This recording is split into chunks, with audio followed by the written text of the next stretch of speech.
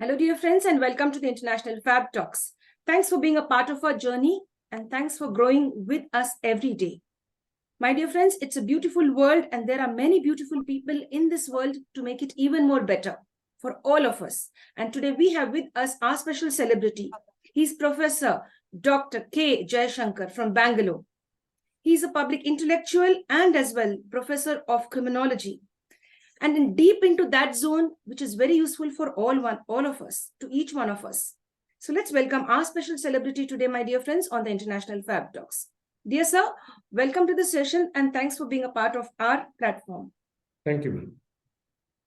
Dear sir, I'd like to go ahead and introduce you in a very official way, sir. Can I go ahead, sir? Yeah, please, ma'am, please. Thank you, sir. Thank you very much. Dear friends, let's go ahead and introduce our special celebrity today in a very official way. He's a public intellectual and as well as I earlier mentioned, he is a professor of criminology. Let's get to know more about his profile as to understand what else you could benefit from this great individual, this great icon. He is the founder and principal director and professor of criminology and justice science at the International Institute of Justice and Police Sciences, Bengaluru, Karnataka, India. He has been ranked 16th among the top 25 influential criminologists in the world during 2010 and 2020 by Academic Influence USA. He's also been ranked number 4, top 2 among 273 law and legal studies scholars in India by the AD Scientific Index. He's also the founding father of cyber criminology. That was the most important thing I would want to focus today on. Cyber criminology in 2007 itself. And now we are in 2023. Cyber victimology in 2015. Therapeutic criminology in 2023, that is this year. And theological criminology in 2023, that is this year. Academic subdisciplines of criminology and space transition theory of cyber crimes. Sir has also contributed to various media houses like BBC, India Today TV, Beyond News, Tehelka, Hindustan Times, firstpost.com, Fountain Inc., Times of India and DNA, etc. And dear friends, on the personal front, our special celebrity, that is Professor Dr. K. Jaishankar sir, he is also a person who enjoys life. He loves creating memes, singing, listening to music, walking, cycling, and very social, a very social person who socializes very well with everyone off and online as well. And especially on social media handles, he is very active. He has a Facebook page called as Academic Memes, which can be accessed at the given Facebook page, which we will be putting up in the description box. Dear friends, he is also the founding father of the academic discipline, as I earlier mentioned, that is cyber criminology. And he coined this term cyber criminology in 2007. We would like to go ahead and find out more about this. The study of causation of crimes that occur in the cyberspace and its impact in the physical space. What a way to term that. And in 2015, as we earlier mentioned, that is cyber victimology. Here, sir has defined it as the study of forms of online victimization, its impact on victims, and the responses of society and systems. Dear friends, to further the discipline, he has also developed a theory called as for cybercrimes, and he calls it as space transition theory. And he's also been a discussant in the opening ceremony at the Stockholm Criminology Symposium that was held during June, in the month of June, from 11th to 13th June in 2012 at Stockholm, Sweden. He's also a fellowship. He's also got a fellowship from the Commonwealth Academic Fellowship 2009 and 10 at the Center for Criminal Justice Studies, School of Law, University of Leeds, UK. My dear friends, let's get to know about our special guest directly now from him. He has so many feathers and much more to all of what I've just shared with you. Let's get to know him better and his work, of course. How you could approach him, how you could benefit from what he has to share with all of you. He gives a lot of counseling for all those victims who have been attacked online, the cyber victims, and much more. So if you need any counseling, if you've been into that trap of being, scammed online or victimized online, we have our special celebrity and expert who's going to share his views and help you to overcome all of that. Hello, sir, and welcome to the session. Thank you. Thank you, ma'am, for that nice introduction. Thank you very much. Thank you, sir. Dear sir, we start up with the first round of the interview, sir. How would you define yourself? Who is the real Jaishankar, sir? I'm a person with passion because passion drives me, and the passion connects with emotions. And as a person, I'm more passionate, and it connects with my discipline, criminology. So I chose criminology as my life thing to carry on, so that I connect my passion and emotion in that. So I try to bring something new to the field of criminology, and that way I'm looking at criminology from multiple angles, and especially the recent arrival of the cyberspace and how it impacts the field of criminology, especially the criminal behavior and the human behavior in the cyberspace is one of my key focus. Yes, dear sir. Thank you, sir, so much for sharing. Thank you. So you're an inspiration to many of us, like being a criminologist that really says, wow, it's like, become sharp and alert. You're an inspiration to many of us, to me, and to most of the people out there. But we would like to know who inspired you to enter into this beautiful field. Many of them wouldn't want to go deep into this, but you've taken this path. Who's the inspiration behind this? In fact, it is my mom who was very keen in my education. Of course, my father was also very keen, but my mom taught me something really practical also. So those were the times we were staying in a small place, and water is not there. We have to pump the water. So me and my mom used to go and pump the water and bring back to the house. At that time, my mom told that if all the rivers are united, do I need to come and pump, or do I need to write the poetry? So she questioned me, if rivers are united, women like me would not suffer like this. Rather, we would be writing poetries and enjoy the home. And that had an impact on me, that how the social structure is divided into class, the upper and the middle and the lower, and how the political system works with the communism and capitalism and other liberalism also. So that way I found that crime is one of the product of the system, and it was very interesting. So people think from various angles, from movie and others. And I also had deep interest in literature. Especially I read books which are connected with crime and English literature, Macbeth, Othello, Jekyll and Hyde. And these are some of the books that, even George Orwell's Animal Farm. All these have an impact on me, that it motivated. Later, when I joined my master's program in criminology, it was my professor K. Chokkalingam, who was the founder head of the Department of Criminology at University of Madras, motivated me more into this field. And later, I completed a Ph.D. under his supervision and guidance. Yes, sir. Thank you for sharing, sir, and saying that your mom is your inspiration.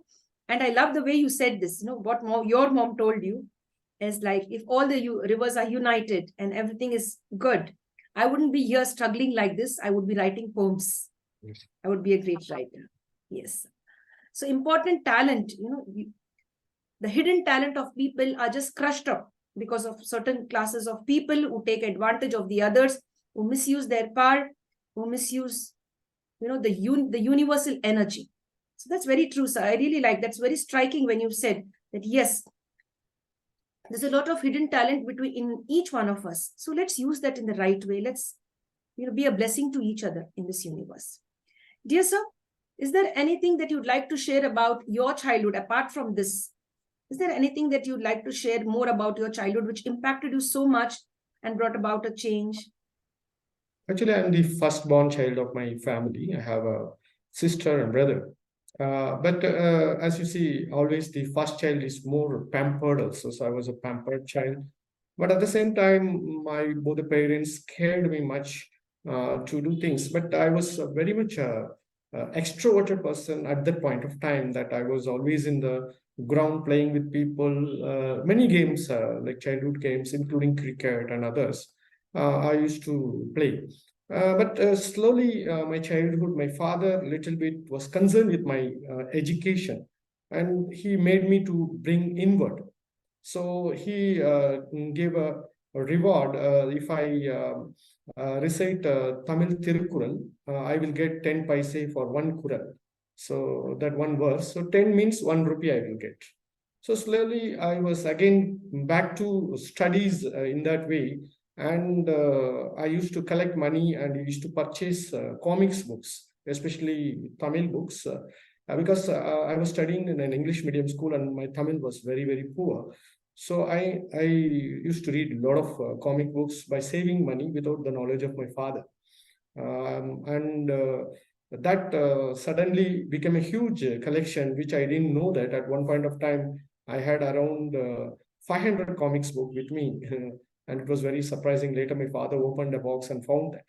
So slowly, my games changed. That I become more inward. That I started playing chess and badminton compared to cricket and other group games. So that probably this kind of a mixture of both introverted and extroversion made me an academic. I think so, because in academia we cannot be fully extrovert, going to conferences, meeting people, marketing, but also we need to sit and write something, an article or a book. That requires an introvert approach. So I'm an ambivert. So that's how my personality was shaped in from the childhood by my parents and my surroundings, and that helped me a lot in the current situation where I'm a prolific academic.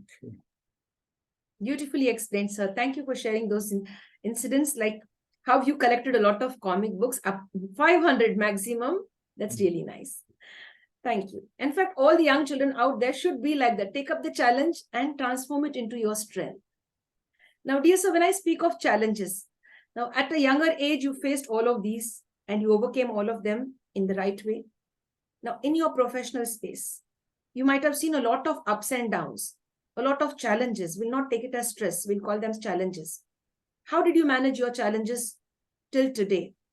And how are you going about it? What is the secret behind all of this, that you are standing today tall and strong and wanting to give back to the society in a very big way?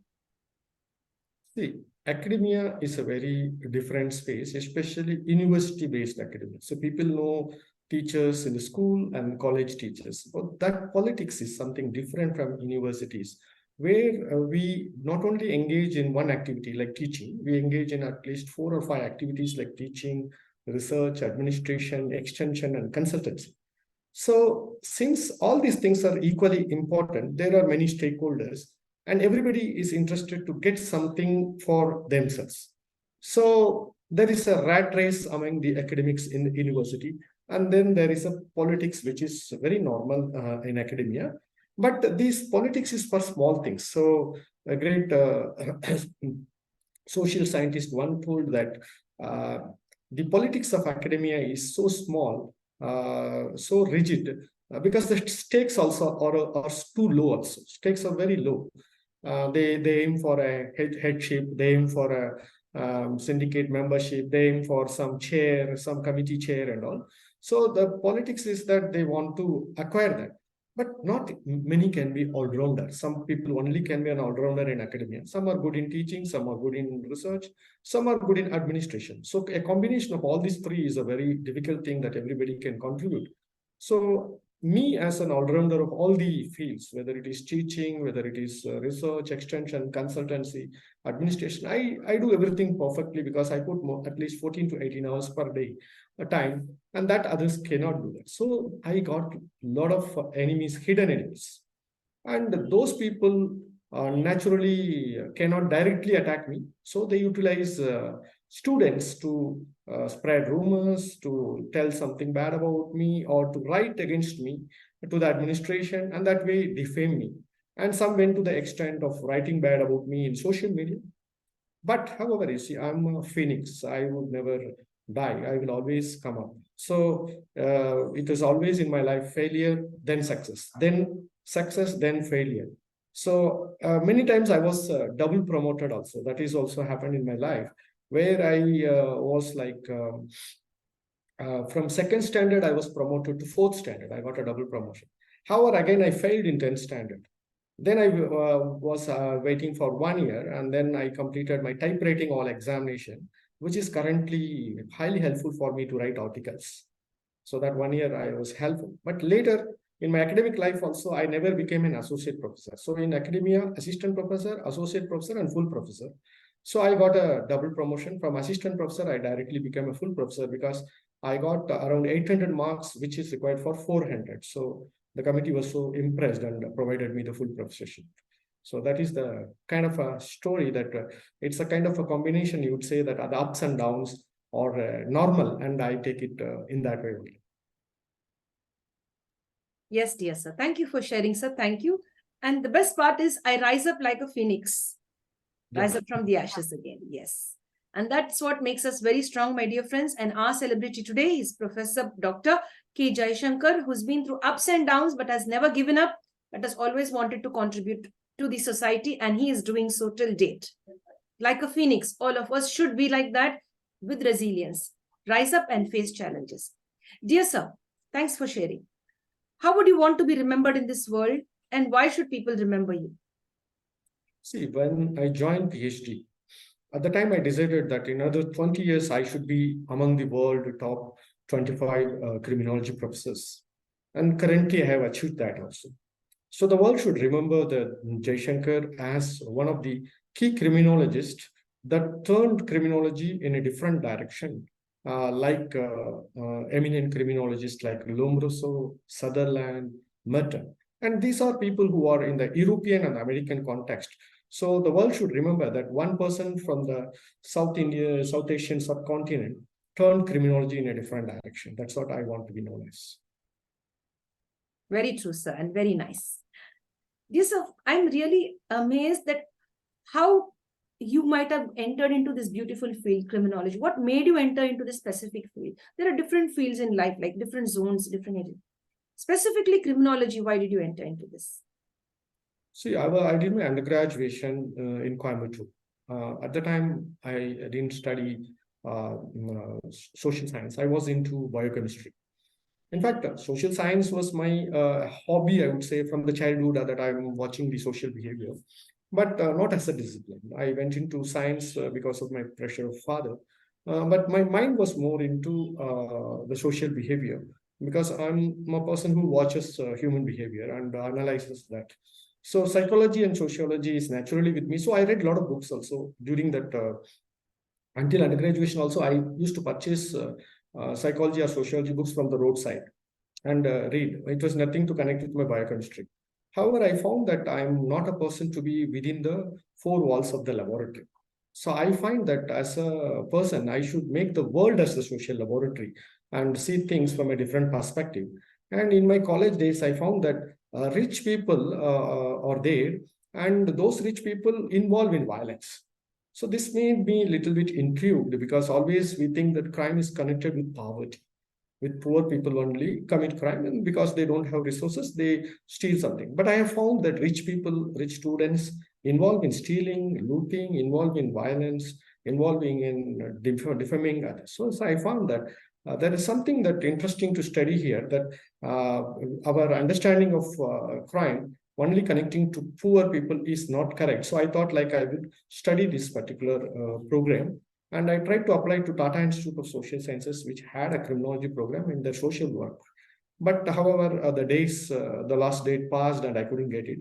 So then I searched and I found at that time internet was not there. Somewhere I get information only from employment news or the newspaper. So as a voracious reader, I found that and I applied to Madras University. And there was a department, a 10-year-old department, like it was only started in 1983. So I applied for that. And since criminology is open to all, so I could apply there because there is no particular undergraduation is required. Now there are many colleges which have criminology program, but at the time it was not there. And now also we are an open discipline only because criminology integrates many disciplines from science to social science. So that way there is no restriction. And I joined the MA program in criminology, University of Madras, and later completed a PhD in the same. So I have around spent some 8 years in the department there as a student before joining academia. Yes, sir. Thank you, sir, for sharing. And thank you for opening our eyes today, because we think the people who suffer, due to poverty, they are the ones who commit crimes. We think that, but actually what you shared now is very true. Even the people who are having all of that with them, all the wealth with them, they also could be committing crimes which we never know. The poor man's crime is visible, but the people who are at a higher level, their crimes are invisible to many of us. And what a way to open our eyes. It's really very true. It keeps me thinking, yes, what you've shared now really makes sense. Yes, sir. Thank you for sharing. Thank you. Dear sir, we come up with the next question. What is that thing that you love about yourself and respect yourself for? This is K. Jaishankar, and this is the inner core quality of mine. And I go by this every single day. Integrity. I speak and I do the same. I stand in the same line. Whatever I tell, I do it. So if I say a person, if I promise a person that I'm going to deliver something to them, I keep it the day correctly. Whatever they want, I will help people. So I keep on helping people for the past 30 years, students, friends, colleagues, and everybody in that way that I try to do. But unfortunately, what happens is that being a man of integrity also has problems and enemies also. Because you see, as Chanakya told, that only the straight trees are cut first. So if you can bend in such situations, you will be not attacked by people. So the place where I made integrity as a key theme in my life. Also, forgiveness is another important theme I have in my life, that I don't carry grudges.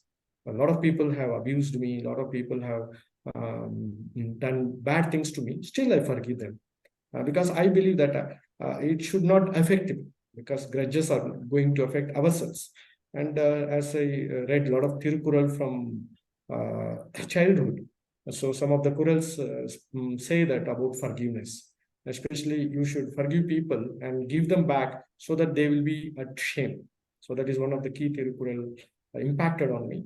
So I normally forgive people, but at the same time, I do not go back to their lives again. I just forgive and go in a different line, in a different road, so that let them be happy in their road and let me be happy in my road. So these are two key principles I follow. The one is integrity, another is forgiveness. Yes, dear sir. Thank you so much for sharing. Thank you very much. You said it very well. To forgive, not to have grudges, but change your path. Move away from them and then be in peace and give them their peace. They will be ashamed when you forgive them, as you really mentioned. That's really nice. Thank you very much. Dear sir, we'll come down to movies. Is there any movie that is based on criminology, and is it connected to your profession or in any way? Is there any movie like that? If no, any movie of your choice you could share. Well, lots and lots of movies. But I would say one particular movie that impacted in my childhood, not as a criminologist, but that has a criminological understanding. So that is none other than the movie called Gandhi by Ben Kingsley and Richard Attenborough. So I several times went to the theater. I couldn't get the ticket. I used to cry, and mom told, "Don't worry, you will get the ticket." And that won a lot of Academy Awards later. And in that movie, that one particular scene where Gandhi would be resisting the law impacted me a lot. So Gandhi visited a place, and at the time, the police would arrest him. So judge asked him, "You are here creating a problem, and there is a problem with the local peace. So I'm going to sentence you for jail.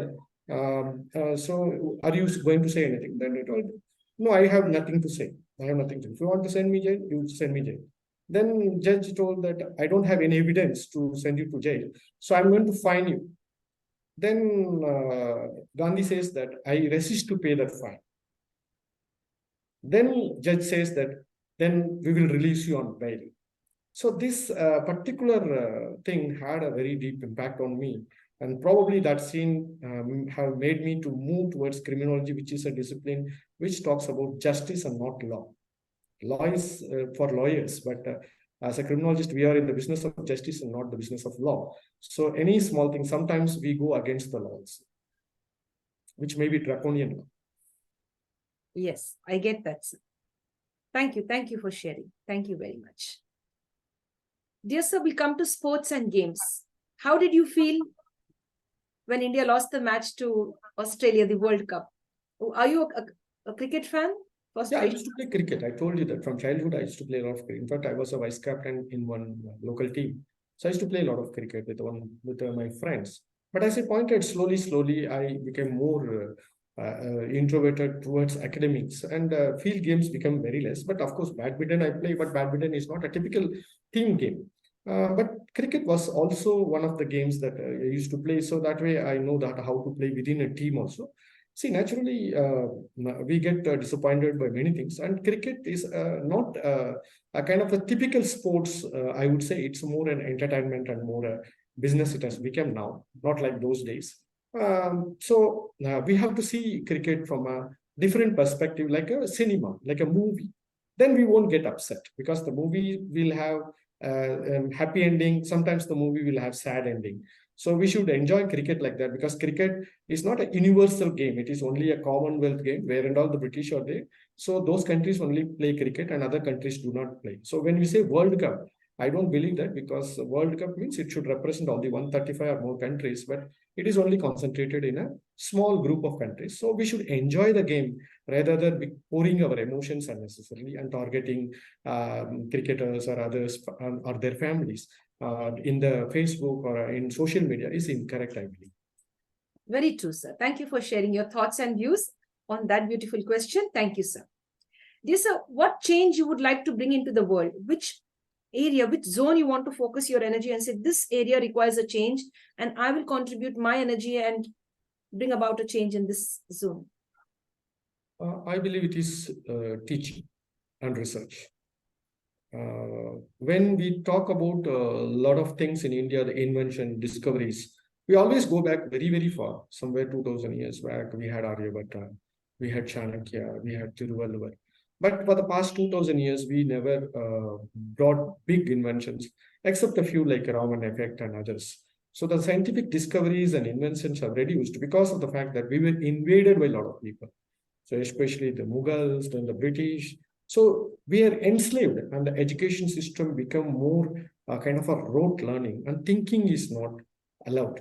So I believe that we should create more knowledge creators than knowledge workers. So at this time, our people are good in clerical works. That way, we are CEOs in almost all the software giants like Sundar Pichai, Satya Nadella. If you name everybody, Indians are CEOs. But no one is a Mark Zuckerberg, no one is a Steve Jobs, no one is an inventor, no one is a Steven Wozniak or Larry Page. So why? Why we are not able to create such kind of infrastructure by ourselves? It's not about money alone. It is about the knowledge which is not allowed in our society. So we are doing something not out of passion, but out of compulsion. This should change. So that I'm planning to create a university in another 5 years, and we will try to select only those who are interested to create knowledge and not to work, not as a knowledge worker. That is the change I want to see. Yes, and we wish you all the success in all your endeavors. Thank you. Yes, Thank you. yes. Thanks for sharing. Dear sir, now if somebody is suffering from an online scam, they're being victimized online, and like how they could reach out to you and seek, comfort and counseling from you. So, or you, into what way you could help them, or how am I to put it in the right way? How they could approach you for, getting to feel that, yes, I have not done a mistake by mistake on purpose. It just happened So like that. And I want we have a NGO called Center for Cyber Victim Counseling, and me and my colleague Dr. Bharathiar launched in 2009 itself. After I visited the UK as a Commonwealth Fellow, so I did a theoretical study on victims of cyber crimes. But later, I thought there should be something which is practical, where victims will contact us, and created an online NGO called Center for Cyber Victim Counseling, which is available in cybervictims.org.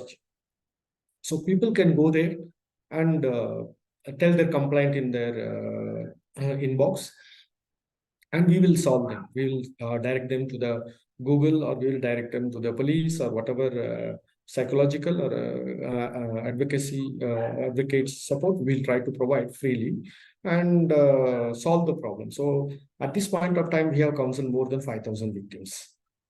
So still people are able to come to us.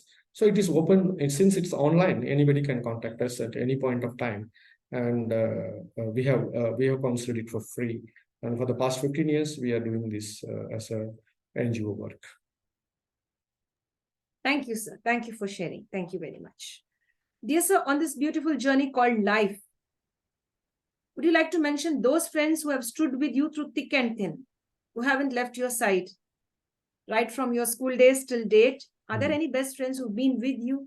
I had one friend, his name is Vishwanathan. Unfortunately, he recently expired due to cardiac arrest. However, he was the one with me during my childhood, and later when I was doing my graduation, post-graduation, he went in a different path. He became an engineer, but then still on everything in my PhD, everything he was with me. And later also in any kind of personal or professional problems, he supported me. Of course, there are more other friends, but I would say he is from the childhood friend. But other than that, during my academic days, I would mention Jaishankar. He is currently a professor of Hindi in the University of Kerala. So he was very highly supportive to me in anything which I do academically, and any problems that is coming within the university system, he was very supportive. There are some other friends who were very close, but then later they dissipated due to various reasons. Otherwise, they were also very supportive during the time when we were close. So I would not say they have become enemies, but they have left me. But still, I would say that they have supported me during problems. Yes, yes. Thank you for sharing. Thank you. Dear sir, would you be able to explain to us from all the experiences that you've had till date, the difference between smart work and hard work? See, smart work and hard work again matters a lot with relation to experience and exposure. Okay, so I have widely traveled around the world. So I've visited more than 25 countries. And most of the time, I find I have some takeaways from every place. So that is, I believe, differentiates between a hard work and a smart work. But only the hard work turns to a smart work. So nobody will make a smart work immediately. For example, I told you the learning of typewriting when I failed in 10th standard. 1 year, I passed all the examination in typewriting, both the Tamil and English. Now it is very helpful to me. I can write an article very fastly, in a very speed typing compared to other academics. So that makes me smarter academic, right? So, but the hard work I put earlier only has made me to become smarter. So first the hard work has to be done. Then after that, that transforms into smart work because of experience. So I don't see that there is a big divide between hard and smart. So once if you're making the hard work, that only transforms to smart work. And even whatever gadgets or equipments you have, even see recently artificial intelligence have come, it writes faster than us, but the emotion is very less in it. So that is where our hard work comes into picture into the smart work. Yes, dear sir. Thank you for sharing. Thank you. Dear sir, the next question coming up is, what are your weaknesses? Are there any weaknesses that you feel, yes, I have to work on this? Two things, emotions, one, fearlessness, two. Of course, fearlessness is also an emotion. So these are my weakness, that I believe people easily. And if I love somebody, I'll go to the any extent to them, even giving my time, energy, life also, I'll go to the any extent. So people naturally exploit this particular thing because naturally emotional people are getting attached and they do a lot of things. And that is one of the weaknesses. So and because of that, practicality is not there. So sometimes I become more impractical because of emotionality. So investing in business or investing in people, I make mistakes because of emotions, because I'm not thinking from a logical perspective. The second one I was mentioning is fearlessness. So even Thiruvalluvar says that anjivadu anjamai pedamai. Whatever you need to fear, you should fear. Suppose a snake comes, you should not say that I'm a valiant person, I will attack the snake. The snake will attack and you will kill. So many times I don't have fear, and then I go and hit somewhere also, then I come back. So these are the two weaknesses I have. I'm trying to rectify some. So to have at least reduce the emotional quotient to a little level, not a high one. Of course, that only drives me more to do. So maybe 70-30, I would say that I now will have a balance between the logic and the emotions. Yes, sir. Thank you for sharing. What brings a smile to your face? See, I'm a great fan of comic. I have started reading from the childhood. So comedy is a part of my life. So I enjoy comedy like anything. And I also make stand-up comedy, or even my classes are always funny only because I make a lot of anecdotes. I make a lot of things from the movies and connect with the academia also. Because you see, criminology is a very, very dry discipline, and also it speaks more about negativity. So if I give more negativity, students will get worried that what's happening. So we need to make it more humorous. So that way around, I believe that humor is everywhere, and that makes us more to smile. And humor can be created also. So not necessarily that it needs to come from others, but you should be also always a joking person, because life is not to be taken very seriously. So when you are serious in the work, be serious, but other way around, be happy, make fun, enjoy life. Yes, sir. Thank you, Tam. Thank you for sharing. Yes, dear friends, you have to have humor in your life, not being serious all the time. Yes, sir, we accept that. That's really nice. Dear sir, from where do you derive your strength? When you hit rock bottom, again you rise up like a phoenix. In order to rise up, you need that energy and strength. You need that power within you. From where do you derive this strength? I believe it is connecting both mental, physical, and spiritual. So first you have to strengthen your body. That is what I found that when I hit the rock bottom, because the mind breaks, body breaks, and then it is both connected. So I started walking 2 times a day. That means morning also I made a walking, evening also I made a walking. That opened a lot of things. And then slowly the creativity again came back. And then I started rising and again started doing things which was more interesting. Because you see, when you are in low, you cannot even do anything. You cannot read a book, you cannot watch a TV, you cannot speak with people. You want to be aloof only. So, but however, slowly you can change the patterns by other activities, and also you should have good food also, healthy food, so that that will again rejuvenate your health back, because physical, mental health, and spiritual health all are connected. So problems do happen in life. It's not like nobody's life is free of problems. Great people have suffered a lot, like Jesus, Buddha, Gandhi, to say Martin Luther King. But again and again, what motivates them is the passion. So I believe that because of the passion, I have rose back as a phoenix. Yes, sir. Very true. Very true. Dear sir, is there anything that scares you? People. I'm scared of people who are close to me, not people who are very far from me, because very far from me see me as a kind of a star, and they are fans to me many, so they don't have any problem.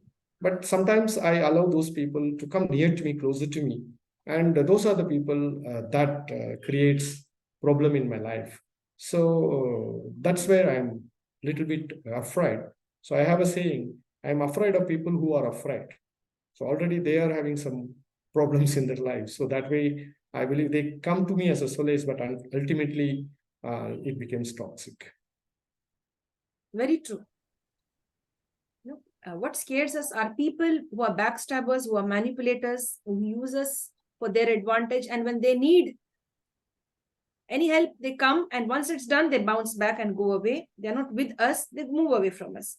So there are people who are always selfish, they're selfish, they're self-centered, I would say that. So yes, I'm also scared of people. I would like to share that. People who like to manipulate you, use you. When they need you, they make use of you, your time, your energy, and then move away. There are two types of people, givers and takers. The problem is that with Yes, takers, because they never give, they only take, and very those are the manipulators. Okay, so it need not be 50-50 giving and taking, but at the same time, if a taker is 100%, and those are the people who are dangerous people. yes, yes, very true. So thank you for sharing that. Thank you. Yes, all the takers, be safe from them. You should be like give and take. It's not only take, give and take. Very well. So it's a big takeaway for me today. because I've also been into that zone, which you've explained just now. So that's a very, it's an eye opener again, and it's a big takeaway for me. Thank you. And for all of us as well, my dear friends, stay safe and be balanced when you connect with people, because there are people out there to put you down. Stay safe. Dear sir, do you ever get angry? And if so, when? I get angry. I get angry with ignorance. I get angry many times with ignorance. But then I also, after sometimes calm down and then understand that person is ignorant for various reasons, that why they are ignorant also. And I'm angry with people who are in power, who are doing nothing, because we have given them power to do something. So especially in academia, the heads of the departments, the syndicate members, the vice chancellors, the chancellors are given power to do something. So only they are sitting in the chair, but unfortunately they don't do the work. So that irritates me and makes me more angry also, because we give power for what? To do things. That way we are surrendering to them. But since we are surrendering to them, they take us for granted and they don't do the work accordingly. So that angers me more. And whenever I have the opportunity to do something as a dean or a syndicate member or a director, I believe that maximum students or colleagues should get a good response from me, and they should share power with me. So that is what I believe, and that's where my anger happens. Yes, sir. Very true. Very true. Dear sir, what about retirement? Did you think that, yes, retirement is something that I would like to sit and relax, or would you like to continue your journey till the last breath? In the US and in Australia, academics never retire. So there is a professor who used to go to university at the age of 99 also. And the university was a little scared that why we are torturing this person. So once the university told that, why don't you retire, sir? We are not able to see you in this condition. We're suffering. And then they made him to retire. But in India, we have an age limit of 60 or 65 according to the universities. But I believe in academic never retires because an academic is like a fruit, more bolder, more riper, more knowledge is there. But unfortunately, the system makes him to retire and sit at home. I believe it is incorrect. Probably the universities should open professorship until whatever age they want, but should not give positions like dean or HOD or others, which are administrative positions, and that's where conflict happens. So a professor should be allowed to continue the academia until whatever time he likes, because he may have some ailment or anything. So maybe in some other professions like policing, retirement is required because it's a hardworking profession where they are in field and they have already spent a lot of time toiling their life. But in academia, it is more a mental hard work. So there is no need for academic to retire. In fact, many great writers have emerged in their older days. And you see, even literature scholars like Bernard Shaw, Rabindranath Tagore. So most contributions can emanate in the older age also. So because they have that kind of experience in reading several books, writing several articles and others. So, and I believe that academic should not retire just like that. Even if he stops certain activities, as I told you, there are university, many activities are there, teaching, research, extension, consultancy, administration, etc. They can stop some of the activities and then at least can concentrate more in writing and speaking. That will be helpful for the new generations to come, because people should know that there is a person like this and he is an embodiment of knowledge. And the knowledge, as Tirkural says, that more you give also, it will grow more. It will not be taken. And it is the only wealth that nobody can steal from us. And that's what Tirkural says. So if you are giving also, it is not going to lose anything. Yeah. Yes. Thank you, sir, for sharing. Thank you very much. Dear sir, if you are not a criminologist now, what would you have become? If not this, then what? Probably I would have become a politician, maybe because of my skills with oratory or writing, probably, and also the passion for literature. Probably I would have become a politician. But maybe whether I fit there, I do not understand because I'm not that diplomatic in nature, maybe. Probably, again, diplomacy is an art. I would have learned later. But still, I speak more from my heart. Probably I'm not fit to that profession of politics. So I better be an academic, and I think I'm in the right place. Yes, sir. Thank you, sir, for sharing. Thank you. Dear sir, your favorite color and why? My favorite color is blue, and mostly I wear blue dresses or blue things because I believe that that color suits my complexion. I'm not a fair person, but I'm a darker person. So, but it enriches me and gives more confidence in me. So I prefer blue color. But personally, if you ask me, red is also one of the favorite. And you see that we have different colors in my logo also. You can find that blue, pink, and everything is there. According to the particular ideology, these coins are colored also. So that is not a particular one color. Sometimes we can integrate certain more colors and give things. And since I'm also a specialist in mapping using geographic information systems, so I use a lot of palette and other colors too. But my favorite is blue, and especially a darker blue. Which you can see IAJPS is written. That is my favorite. Yes, dear sir. Thank you for sharing, sir. Thank you. When you were in school, your favorite subject?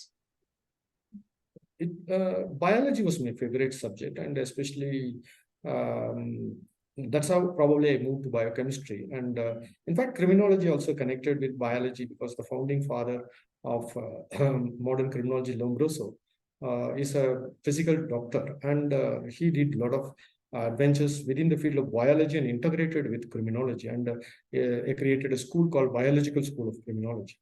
And that's why I think that my interest in genetics and connecting with crime increased after joining criminology. And I have even launched a company which this institute works called as Lombroso Education and Research Services Private Limited in the memory of the founding father of biological criminology, Lombroso.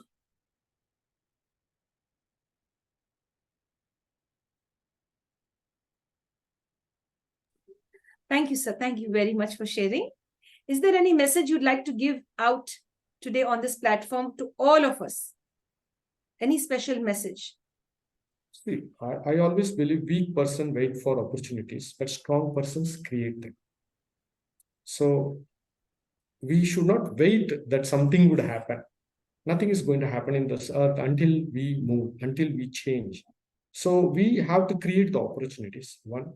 Two is that we should not shy away from speaking with others and telling about others as to others, because self-marketing is the best marketing, I believe, because of the fact that there is nobody in this earth is going to market for you, because everybody is concerned with their self-worth. So until and otherwise, if I say to the world, there is a person called Jaishanker, come to me, I have a knowledge to feed, nobody is going to come to me. So I believe is that you should create opportunities. And once you are creating opportunities, you are not only creating opportunities, you are creating opportunities for others also. So that way, we should not wait for opportunities, we should create opportunities is what the message I want to give. Another big takeaway, sir, a beautiful takeaway for all of us. Dear friends, don't wait for opportunities, create them, and then your life will be beautiful. Very true. Very true, sir. Dear sir, now we'd like to ask you to share one of your favorite proverbs or quotation. There's a lot of things there, and especially from Tirkural, I would like to always take things because it creates a lot of things, because it's 2000 years old, that we can say that. But still, Bharati also had an impact, the great poet, national poet. So he's one of his poem, Achamillai, Achamillai, Achaminbadilli. I don't have fear, I don't have fear. உச்சிமீது வானிடிந்து வீழுகின்ற போதிலும் அச்சமில்லை அச்சமில்லை அச்சமென்பதில்லை. Even the whole earth falls on me, I don't have a fear, I don't have fear. இச்சகத்துள்ளோர்லாம் எதிர்த்து நின்ற போதிலும் அச்சமில்லை அச்சமில்லை அச்சமில்லையே. The whole world is against me, still I don't have fear. And these are the things that I always carry. I don't have fear, even the whole world is against me. I take from Bharati and I practice it. Beautiful, sir. Thank you, sir, for sharing that. Thank you. Yes, dear friends, be fearless and face the world. Even if the whole world is against you, you know who you are if you are truthful from within. Yes, dear friends. Dear sir, till today, you've accomplished so many different accomplishments, so many, in different fields, you've been doing your best. Among all of them, when did you feel the proudest? You says, wow, I feel really great. I achieved this among all your achievements. The greatest achievement, I believe, is to create a theory of criminology. For the first time, an Indian has created a criminological theory, because most of the criminological theories are created by Europeans and Americans, because the discipline originated from that. However, when we go back to criminology, we'll find that there are remnants of criminology in India through Tirukural, Arthashastra, and Manusmriti, somewhere 2000 years back too. So I always wonder that why an Indian could not create a theory, and I made a reverse narrative. So far, we are reading American theories in India. Let Americans read an Indian theory, and they created a theory called space transition theory of cybercrimes. Now that theory is available in at least 20 universities in the US, and many are also including that in the syllabus. And that I feel it's a great achievement. Yes, dear sir. Thank you, sir, for sharing. Thank you so much. Dear sir, do you love pets? Of course, I love pets much. We had dogs, we have parrots, we have rabbits, we have many pets, parakeets, crocodiles. From the childhood, I was always with one pet, either it may be a cat or a dog. I used to even grow a hen in my house, a chicken. So that will be very surprising that I used to sleep in a cot. Under that, the chicken will also sleep. So I was very passionate with pets. And in fact, one of my pet was pregnant, and I was the person to nurse that, because she doesn't allow anybody else near her. So I was the one who went near her and took away the children and all. So I'm closer and passionate with pets. Very true. Very nice. Thank you, sir. Thank you for sharing that. Dear sir, how would you look at this cup? Is it half full or half empty? I don't see that half full, half. It's a cup. So it is we who have to make it full. So cup is given to us. So I believe it is with our passion, with our energy, with our focus. We should fill the cup and see that whether we should not make it overflow also. Because I believe by Zen philosophy, which is that empty your cup. So without emptying the cup, you cannot make the cup full. And so I, in a day-to-day basis, unlearn, relearn things. And that's why even at this age, I'm able to move along with people, students who are in the 2K, who are dynamic in internet. So I'm also equally going along with them, because I unlearn fast and relearn faster. Perfect, sir. Thank you, sir, for sharing your thoughts. Thank you very much. Dear sir, how many languages are you conversant in? See, I'm not very proficient in many languages, because in Tamil Nadu there is a politics in understanding other languages. So we were constrained with two languages, Tamil and English. But of late, I have learned Hindi, and well, not reading or writing, but speaking. And I'm a little bit okay with the thing that I'm learning a new language, because I'm in Bangalore now. So I'm able to converse with people in a neutral language called Hindi in India. So that is also helping me. Apart from that, I wanted to learn many languages, but again, the focus is not there. So I'll have limited with English. I think Spanish and French is also required for in some areas to reach in South America and other areas. But still, English is okay. So we are able to manage it. Yes, dear sir. Thank you very much for sharing. Sir, would you oblige to sing a song for us? You said you're good in singing. One small song for us. Not that good, but okay. I'll sing two lines probably. Yes, sir. Your favorite song. Okay. அடைமழை வரும் அதில் நனைவோமே குளிர் காய்ச்சலோடு சிநேகம் ஒரு போர்வைக்குள் இரு தூக்கம் குழு குழு பொய்கள் சொல்லி என்னை வெல்வாய், அது தெரிந்து கூட அன்பே மனமதையே தான் எதிர்பார்க்கும். Thank you. Thank you very much. Thank you. You have a lovely voice. Thank you, sir. And you've done justice to that song. Thank you so much. Thank you for singing. Thank you for obliging. Thank you. Thank you, sir. Dear sir, if the Almighty or the universe offered you a superpower, gifted you a superpower, what would be your choice? What superpower would you want from the Almighty or the universe?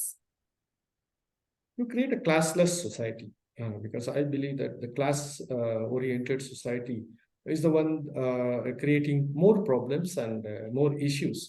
So a classless society, a non-discriminatory society. A society should not discriminate you on birth, a society should not discriminate on color or anything. So it should be a utopia where I want to create. And that is the power I probably would have asked. Beautiful one, sir. A very nice and balanced way of answering this question. A classless society where all are equal. No bias at all. Dear sir, would you like to create an awareness today on this session on the International Fabtalks about toxic behavior? We don't know that this person who we are connecting with has a toxic behavior or we are in a toxic environment. Many of us are unaware, either it is due to our ignorance or due to our acceptance. Maybe we accept it as it is. But still, I would like to create an awareness today. How do we identify that this is not okay for us? Yes. The toxic behavior sometimes is a trained behavior, sometimes is an inbuilt behavior also. Because you see, people carry on many things from their childhood, and without their knowledge also, they have become toxic also. So we do not know them that they are carrying the toxic behavior. And then only when we go close to them, we understand they are a toxic person. And I have seen many in my life because my field is such criminology. It also attracts a lot of toxic people because you see, because it's a negative discipline. So many people, negative people are attracted to this discipline also. So the toxic behavior is something that which will make us low in front of them. So that is the one thing, key thing we have to take. So when we are talking with a person, we should not feel low. One. Two is that they are energy suckers. So you speak with them for 5 minutes, you will feel that your energy is drained out. So your battery is down. So you should always move with people where if you talk with them for 5 minutes, you will get a battery of 50 minutes. So that type of energetic person you should talk with. The toxic people will lower you down. And toxic people are the one who will be even very nice with you in the front, but in back, they will create rumors, gossips about you also. So we should identify toxic people, but it takes a time and experience. So we cannot immediately found all these traits in an individual. Sometimes what happens when we are moving with toxic people, we also become toxic also. Because that is how learning happens. Sutherland says crime is a learned behavior. Toxicity is also similar. So more we are attached with a toxic person, more it may be a spouse, it may be a friend, it may be a boss, anybody. So ultimately you may become them because the transformation can happen. So best thing is to move away from that. So from my childhood, my father always see that whenever any negative situation happens, immediately he will remove me from that environment. But unfortunately, he couldn't do in certain spaces where I had control. He had no control. But maximum he tried that if I comment or report negativity in a space, immediately he will remove me from that school or from that college or from any environment and see that I am now in a positive environment. So that's how I believe is that we should not shy away from moving from one place to another. That also is creating a problem. So whenever there is a job which is giving toxicity, we should not shy away to resign the job. A marriage, we should not shy away to divorce. A friendship, no, don't shy away to cut that friendship because that is only is going to kill us. Okay, but we are always bound with certain chains. So that doesn't allow us to move from toxic people, toxic behavior, and toxic environment. So if we want to lead a very good life, should not worry and should not attach ourselves in that environment. And you should be firm and strong in taking a decision to move away from toxic environment. So that is the thing I would say. Perfect, sir. Thank you very much for sharing your thoughts on that. Much appreciated, sir. Much appreciated. Thank you so much. Dear sir, with regard to criminology, what changes do you think would occur in the next 50 years? Any two changes? So one, again, criminology is changing now. It's again a discipline which is only 150 years old now. A lot of changes have already happened in the Europe, and the Americans have transformed criminology into an applied discipline. It was more a theoretical discipline. So I would say that criminology is going more different because of the arrival of the internet. So internet is going to have a big impact on criminology, and that's why I found a field called cyber criminology in 2007 to understand criminal behavior online. Because slowly the lines between the physical and online spaces are blurring, and more activity now is happening online. You see, the digital economy is now making us to spend more money online compared to the offline. We used to carry a lot of money in the purses, but now our purses are empty. We use the UPI for paying. So that kind of thing has come now. So our criminal activity is already transported more into online spaces, and that's what my space transition theory also speaks about. So this is going to have a big impact in the coming 30 years. Yes, dear sir. Thank you, sir, for sharing. Thank you. Dear sir, we went into the future. Now we're going to go to the past. Imagine you have a time machine in your hand, and at the click of a button, you will go into the past. And there the task is to relive somebody's life. Whose life you would love to relive? Okay. Whose life means I would say that I would probably relive the life of my mom. Because she has a lot of passions, but due to family environment, she was forced to be a housewife. So good in painting, good in art, good in singing, good in writing poems. So everything she's good in that. Probably I would live a life like her. What a tribute to give to your mom. That's really nice. Beautiful, sir. Thank you. Dear sir, would like to ask you this. Mental health awareness. Would you like to speak a few lines about it, sir? See, mental health awareness, our Eastern society, especially the Indian society, is creating a problem with the mental health because we are not individuals. We are a collective thing. So that is how we are always watched by others. We are a society of surveillance. Now cameras have come, but the society is watching us. The caste is watching us. The religion is watching us. The work environment is watching us. And that way our mental health has gone down compared to other nations also. In fact, individual nations are suffering from mental health, like US, more mental health patients are there. But they are visible, they are reported. But in India, it is not visible. Many are suffering from mental health issues because we are not able to do what we want to do, right? So that puts a lot of pressure. So in fact, even education is designed by the parents only. In India, especially in Tamil Nadu, first parents say to do engineering, and then only you do something what you want. So many times you will find that directors, movie directors, poets are all, after engineering, they have become that. So this is again another problem which we are facing. That's how our young talents are not coming like Americans, like Mark Zuckerberg found in a very young age, dropping out from Harvard. And you wonder that no Indian father would allow you to drop from Harvard, leave alone a small university. So that kind of a mental health issue is there from our childhood, and that builds up and have conflict in the marital life also. So I believe that the mental health issues are not one which is coming only in the later stage. It's latent, but then it comes into open at later stages when we go to workspaces and other places. So I think the family as an environment now should little bit change and give more importance to mental health, because we give more importance to physical health, but not about the mental health. That is also one of the reasons. So just by medication or counseling alone is not sufficient, but creating an optimum environment for people, and that will help us to get a better mental health, and that will create new inventions, new discoveries, and also a healthier relationship. So if your mental health is poor, naturally your interpersonal relationship will also be poor. Thank you, sir. Thank you. Much appreciated, sir. Thank you very much for sharing your thoughts. Thank you. Dear sir, one last main question. Constructive criticism. How should one take constructive criticism? Because there are many youngsters, or maybe not only youngsters, anybody. They think that constructive criticism is not okay with me and they are even committing suicides? Have committed, many of them have committed too. See, in terms of criticism, we become more emotional in nature because it attacks us personally. So, constructive criticism is again a kind of a fluid term. So, what is constructive for the other person may not be constructive, maybe it may be destructive also. So, that is how people get emotionally attached with any criticism that nobody wants to be criticized. So, any individual, whether you're a small boy or a small girl or even older person, nobody wants to be criticized because we think we are right. And we cannot be right always. Sometimes we commit mistakes. So constructive criticism should be seen from a third party angle and also as a person who will be away from that.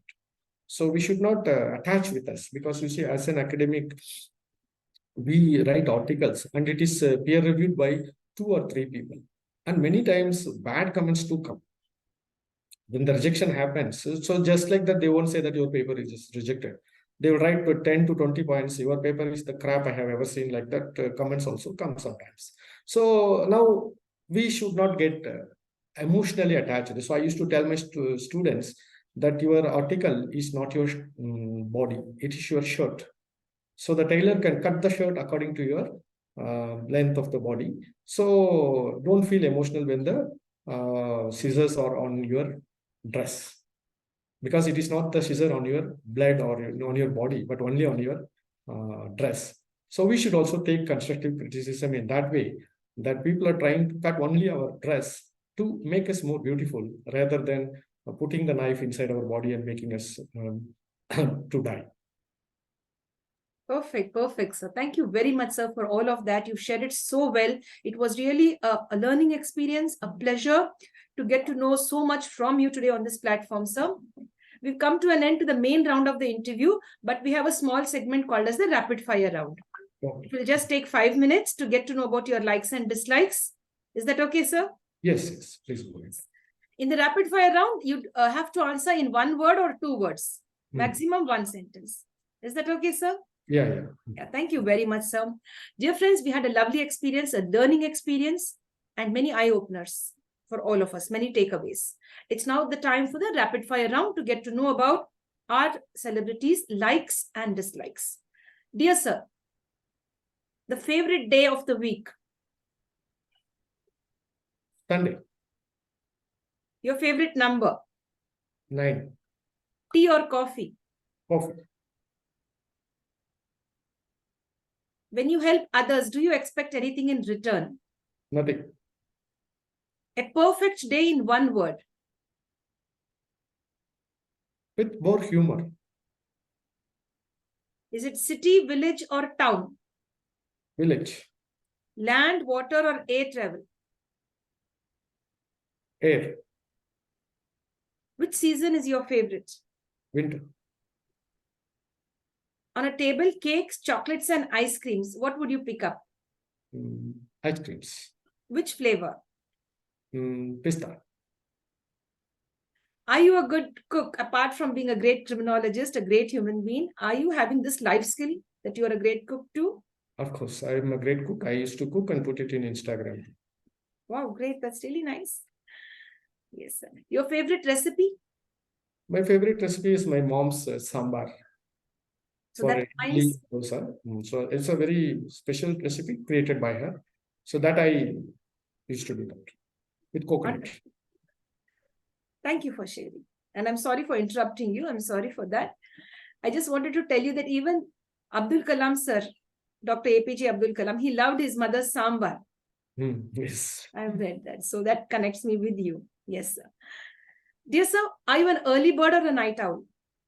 I am a night owl only, but now for health reasons, I have now become early bird. Is it salty, sweet, spicy, or sour food? Spicy. Life is all about money or all about happiness or both? I would say it's both, but happiness is the priority. True. True. When you're all alone in your room, no gadgets, no friends, no family members, alone you are sitting on a chair and you're connected to your thoughts. Where do your thoughts take you? Past, present, or future? Maybe future. because I'm a thinker, so I used to think about how the future can be made, and not individually, but I'm talking about how the society, the world, and everything. You love socializing or me time, sir? Both. Is it experiential learning or theoretical learning? It's also both, because I believe both are connected. By experience, you make theories. By theories, you make experience. Is it fresh salads, fresh fruits, or fried food? Fresh fruits. Home cooked food or food ordered from out? Home cooked food. Are you a beach person or a forest person? Forest person.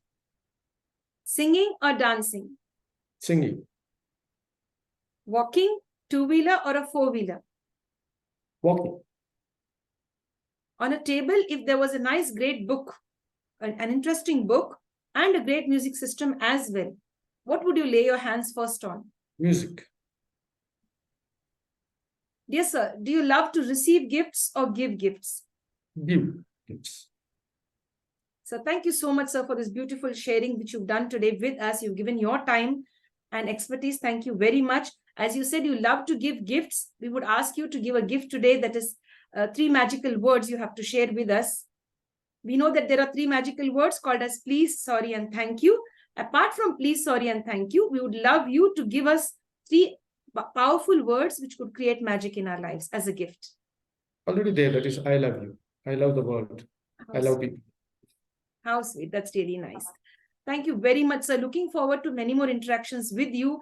You're a blessing to the universe as much as I could understand you from this interview. You've done your very best, and we wish you all the best in all your endeavors. Stay connected, and we'd love to have you again on the International Fab Talks to know more about criminology. Thank you. Thank you very much. And thank you for giving me this opportunity. Thank you, sir. Thank you so much. God bless and stay safe. Thank you, sir. Thank you. Thank you. My dear friends, with this, we come to an end to the International Fab Talks. Thank you for being with us, my dear friends. And dear friends, you get a lot to learn from the unsung heroes in India and across the world. There are so many people who have such a lot of expertise within them. And you'd like to connect with our special celebrity today, you could. He is one of the best human beings that I've ever met. Stay safe and stay blessed. Stay connected.